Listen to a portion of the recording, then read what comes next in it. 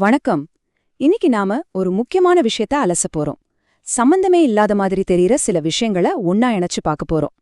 அதாவது, ஒரு ஊராட்சியில நடக்கிற ஊழல்ல ஆரம்பிச்சு உலக அளவுல ஏஐ நிறுவனங்கள்ல நடக்கிற ஆட்குறைப்பு வரைக்கும் இந்த சிஸ்டம் அப்படிங்கிற கட்டமைப்பு உண்மையிலேயே எப்படி இயங்குதுன்னு இந்த விளக்கத்துல தெளிவா பார்க்கலாம். நேரடியா விஷயத்துக்குள்ள போயிடலாமா? இந்த சிஸ்டத்தை நாம உருவாக்குறோமா இல்ல சிஸ்டம் நம்மள உருவாக்குதா? கொஞ்சம் யோசிச்சு பாருங்க. இந்த கேள்விதான் இன்னைக்கு நம்ம தேடலுக்கான திசை காட்டி. சமுதாயம்ங்கிற இந்த மாபெரும் எந்திரத்துக்கு எதிரா நம்ம கிட்ட இருக்கிற ஒரே உண்மையான ஆயுதம் கேள்வி கேட்கும் திறன் மட்டும்தான் அப்படிங்கறத இன்னைக்கு நம்ம பார்க்க போற தரவுகள் உங்களுக்கு புரிய வைக்கும். பகுதி 1, குறைபாடுகள் உள்ள அமைப்பு.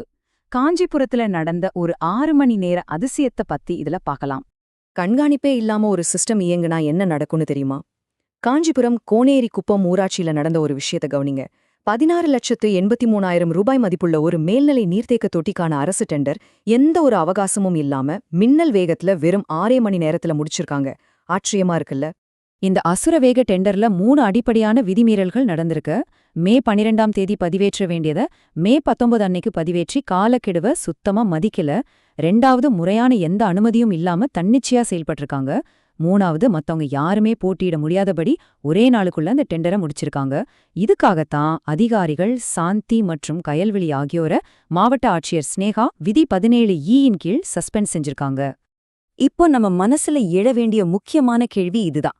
கீழ மட்டத்துல இருக்கிற இந்த 2 அதிகாரிகள் மட்டும் தன்னிச்சையா இவ்ளோ பெரிய விஷயத்த செஞ்சிருப்பாங்களா? இல்ல இன்னைக்கே இதை முடிங்க அப்படின்னு மேலிடத்திலிருந்து ஏதும் அரசியல் அழுத்தம் வந்திருக்குமா? குறிப்பா புதிய விஜய் அரசு பொறுப்பேற்று வெறும் 9 நாள்ல இந்த நிகழ்வு நடந்திருக்கு அப்படிங்கிறது கண்டிப்பா நம்ம கவனிக்க வேண்டிய ஒரு விஷயம். பகுதி 2, மனித விலை. நம்ம கல்வி முறை மதிப்பெண்ணுக்கானதா இல்ல சுய தேடலுக்கானதான்னு பார்க்கலாம். புரிதலை விட நம்பர்ஸ்க்கு முக்கியத்துவம் கொடுக்கிற சிஸ்டம் மனுஷங்களை எப்படி பாதிக்குதுன்னு நம்ம கல்வித்துறை மூலமா பார்க்கலாம். இந்த பிரம்மாண்டமான தேர்ச்சி விகிதத்தை கொஞ்சம் கவனிங்க. 97.57%.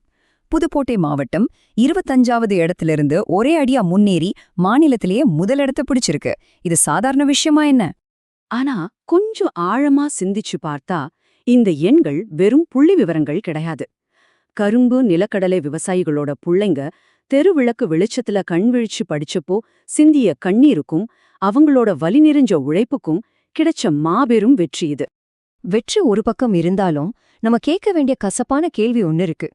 தேர்வு முடிவுகள் வெளியாடுற மே மாசத்துல மட்டும் ஸ்னேகா மாதிரியான தற்கொலை தடுப்பு மையங்களுக்கு வர்ற அழைப்புகள் ஏன் 4 மடங்கு அதிகரிக்குது? மதிப்பெண்கள் மட்டுமே ஒருத்தரோட அடையாளம்னு மாறும்போது நடக்கிற விபரீதம் இது. இந்த தேர்வு நேர தற்கொலைகளுக்கு பின்னாடி ரொம்ப ஆழமான காரணங்கள் இருக்கு. மதிப்பெண் மட்டுமே அடையாளம்ங்கிற அழுத்தம் வாழ்க்கையில தோல்வி எப்படி எதிர்கொள்றதுன்னு கத்துக் கொடுக்காதது, நீட் மாதிரியான ஒற்றை கதவு மாயை, அப்புறம் பெற்றோரோட பெருமைக்காக தன்னோட வலிய சுமக்கிற பிள்ளைங்க. சுருக்கமா சொல்லணும்னா, மனுஷங்களுக்காக சிஸ்டமை உருவாக்குறத விட்டுட்டு இந்த சிஸ்டம்காக மனுஷங்களை நம்ம தயார் பண்ணிட்டு இருக்கோம். அதுதான் ரொம்ப வருத்தமான உண்மை. பகுதி 3, அரசியல் மாயை. சேமிப்பு, கண்காணிப்பு, அப்புறம் கண்மூடித்தனமான நம்பிக்கைய பத்தி இதுல அலசலாம். கல்வித்துறையிலிருந்து கொஞ்சம் வெளியே வந்து நம்ம ஜனநாயக சிஸ்டத்தை வடிவமைக்கிற அரசியல் கொள்கைகளை கொஞ்சம் நடுநிலையா ஆய்வு செய்யலாம். ஒரே நாடு ஒரே தேர்தல் திட்டத்துல 7 லட்சம் கோடி ரூபாய் மிச்சமாகும்னு ஒரு தரப்பு சொன்னாலும் மறுபக்கம் ஒரு பெரிய இழப்பு இருக்கு. வருஷா வருஷம் தேர்தல் வரும்போது அரசாங்கத்துக்கு இருக்கிற பயமும் மக்கள் கேட்கிற கேள்விகளும் தான் ஜனநாயகத்தோட அடிப்படை. அந்த தொடர் கண்காணிப்பு இல்லாம போறது மக்களோட குரலை நசுக்கிறதுக்கு சமம்னு விமர்சகர்கள் சுட்டிக்காட்டுறாங்க. நம்ம அமைப்புக்களை நாம கேள்வி கேட்காததோட விளைவு என்ன தெரியுமா? கல்வித்துறை அமைச்சர் ராஜ்மோகன் தேர்தல் ஆணையத்துல தாக்கல் செஞ்ச பிரமாண பத்திரத்துல இருக்கிறதா நெட்டிசன்கள் சுட்டிக்காட்டுற இந்த சான்றிதழ் சர்ச்சை ஒரு உதாரணம். 12ஆம் வகுப்பு முடிச்சு 7 வருஷம் கழிச்சு வாங்குன அங்கீகாரமற்ற டிப்ளமோ இதுன்னு சொல்றாங்க. கேள்வி கேட்கிற சிஸ்டம் சரியா இல்லாததால தான் இந்த மாதிரி முரண்பாடுகள் தொடர்ந்து நடந்துகிட்டே இருக்கு. அதே நேரத்துல தவேக தலைவர் விஜய் மாதிரியான புதிய தலைவர்களை மக்கள் ஏன் எந்த கேள்வியும் இல்லாம நம்புறாங்க அப்படிங்கறதையும் நம்ம ஆராயணும். இது ஒரு விதமான ஆளுமை வழிபாடுன்னும் மக்கள் எப்பவுமே ஒரு மாற்றத்தை எதிர்பார்க்கிற அந்த மனநிலை தான் இதுக்கு காரணம்னும் அரசியல் உளவியலாளர்கள் தெளிவா விளக்குறாங்க. ஆளுங்கட்சியான திமுகவும் புதிய கட்சியான தவகவும் பெண்களோட பாதுகாப்பிற்காக என்னென்ன திட்டங்களை முன்வைக்கிறாங்கன்னு பாருங்க. ஒரு பக்கம் பொதுமக்களோட பார்வைக்கு தெரியற மாதிரி சீருடையில பிங்க் பெட்ரோல், இன்னொரு பக்கம் சாதாரண உடையில பாடி கேமராக்களோட 500 பேர் கொண்ட சிங்கப்பெண் படை. நிர்வாக வியூகங்கள்ல ஏற்பட்டிருக்கிற ஒரு தெளிவான பரிணாம வளர்ச்சியை இது காட்டுது. பவானி ஸ்ரீ மாதிரி ஒரு பிரபலமான முகத்தை வச்சு இந்த திட்டங்களை முன்னெடுக்கிறது கண்டிப்பா ஒரு பவர்ஃபுல்லான மார்க்கெட்டிங் தான். ஆனா ஒரு சிஸ்டத்தோட உண்மையான மதிப்பு அது கிடையாது. களத்துல அந்த சிஸ்டம் எப்படி செயல்படுது, குறிப்பா சமீபத்துல கோவையில நடந்த கொடூரமான கொலை மாதிரியான சம்பவங்களை அது தடுக்குதா அப்படிங்கறதுல தான் அதோட உண்மையான வெற்றியே அடங்கியிருக்கு. பகுதி 4 எதிர்கால அமைப்பு. செயற்கை நுண்ணறிவுக்கும் மனித பொருளாதாரத்துக்கும் உள்ள சவால்களை இதுல பார்க்கலாம். இறுதியா உலகத்தையே ஆள்ற மிகப்பெரிய சிஸ்டமான பொருளாதாரத்துக்குள்ள போவோம். 300% அபார வளர்ச்சி. பீன்ஸ் செயலியில பணப்பரிவர்த்தனை 2025 டிசம்பருக்குள்ள 16.51 கோடியே எட்டியிருக்கு. தொழில்நுட்பம் எப்படி கிராமப்புறங்கள் வரைக்கும் வேகமா ஊடுருவி டிஜிட்டல் சிஸ்டமா மாறுதுங்கிறதுக்கு இது ஒரு அருமையான எடுத்துக்காட்டு. உலக பொருளாதாரத்தோட 2 வெவ்வேறு துருவங்களை இந்த விஷயம் நமக்கு ரொம்ப சிறப்பா படம் பிடிச்சு காட்டுது.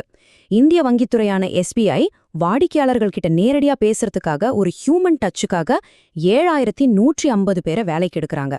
ஆனா அதே நேரத்துல மெட்டா மாதிரியான உலகளாவிய டெக் நிறுவனங்கள் AI மாற்றத்துக்காக 8000 பேரை எந்த இரக்கமும் இல்லாம வேலையிலேருந்து நீக்குறாங்க. ஆனா இங்க நாம கவனிக்க வேண்டிய ரொம்ப முக்கியமான பாடம் ஒன்னு இருக்கு. மெட்டா 8000 பேரை வேலையை விட்டு நீக்கினாலும் இன்னொரு 7000 பேரை ரொம்ப வெற்றிகரமா AI துறைகளுக்கு மாத்திருக்காங்க. இதுலேருந்து என்ன தெரியுது? தொழில்நுட்ப மாற்றம் அப்படிங்கிறது வெறும் ஆட்குறைப்போ தண்டனையோ கிடையாது. தங்களை அப்டேட் செஞ்சுக்கிறவங்களுக்கு இது ஒரு அருமையான டிரான்சிஷன், அவ்வளவுதான். இதுல இருக்கிற ரொம்ப முக்கியமான புள்ளி என்னன்னா, AI எவ்வளவு பெரிய டேட்டாவா இருந்தாலும் அத அலசி ஆராய்ஞ்சு மில்லி செகண்ட்ல பதில சொல்லிடும். ஆனா புதுக்கோட்டையில ஒரு தாய் தன் குழந்தையோட வெற்றிக்காக வடித்த கண்ணீரோட மதிப்பையும் வலியையும் அதனால ஒருபோதும் உணர முடியாது. மனுஷங்களுக்கு மட்டும்தான் ஏன் அப்படின்னு கேக்குற ஞானம் இருக்கு. AI கிட்ட எல்லா பதில்களும் இருக்கு. ஆனா சரியான கேள்விகளை கேட்கிற திறன் மனுஷங்களுக்கு மட்டும்தான் இருக்கு. மனப்பாடம் செஞ்சு மார்க் வாங்குற காலமெல்லாம் மலையேறிடுச்சுங்க. இனிமே நம்மள சுத்தி இருக்கிற சிஸ்டத்தை பார்த்து சரியான கேள்விகளை கேட்கிற ஆற்றல்ல மட்டும்தான் நம்மளோட எதிர்காலமே அடங்கியிருக்கு. இறுதியா இந்த ஒரு சிந்தனையோட நான் நிறைவு செய்றேன். சிஸ்டத்தை நீங்க உள்ளபடியா ஏத்துக்குவீங்களா, இல்ல அது ஏன் அப்படி இருக்குன்னு கேள்வி கேட்க தொடங்குவீங்களா? சிஸ்டம் நமக்காக வேலை செய்யணுமே தவிர நாம சிஸ்டத்துக்காக வேலை செய்யக்கூடாது. அதை உறுதி செய்யணும்னா கஷ்டமான கேள்விகளை கேட்கறத நம்ம ஒரு போது நிறுத்தவே கூடாது. அதுதான் இன்னைக்கு நாம பார்த்த அத்தனை தரவுகளும் நமக்கு உணர்த்துற பாட. சிந்திச்சு பாருங்க.